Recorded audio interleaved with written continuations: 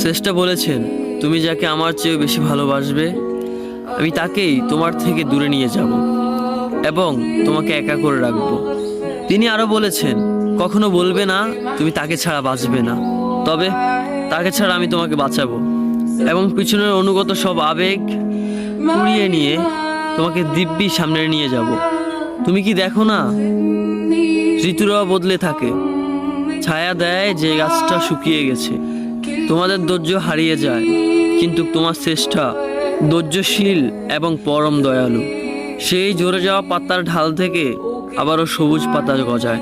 তুমি দেখো না তোমার চেষ্টার নিদর্শন? যে মানুষটাকে তুমি নিজের অংশ ভাবতে, সেই মানুষটাও একদিন অচেনা হয়ে যায়, তোমার মন ভেঙে যায়। এমনকি তোমার বিশ্বস্ত বন্ধুরাও স্বার্থ পুড়িয়ে যাওয়ার পর বিশ্বাসঘাতকে পরিণত হয়। তুমি কি তা দেখো না?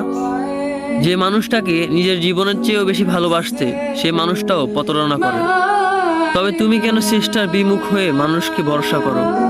অদ্ভুত এই পৃথিবীতে, যখন তুমি ভাবো এটা হবে না কখনোই, কিন্তু কিছুক্ষণ পর সেটাই হয়। সেটাই হবার নয় কি? তুমি বলো আমি পড়বো না, অথচ তুমি পড়ো। তুমি বলো আমি বিরক্ত হব না, অথচ রোজ তুমি বিরক্ত হও। এবং সবচেয়ে বিচিত্র বিষয় হলো, তুমি বলতে থাকো আমি মরে গেছি, অথচ তুমি বাঁচো। তোমার চেষ্টা তোমাকে বাঁচায়, তোমার চেষ্টা তোমাকে বাঁচিয়ে রাখে। তো শুকরিয়া আদায় করো তোমার সেই সৃষ্টিকর্তা মহান রব্বুল আলামিনের উপর।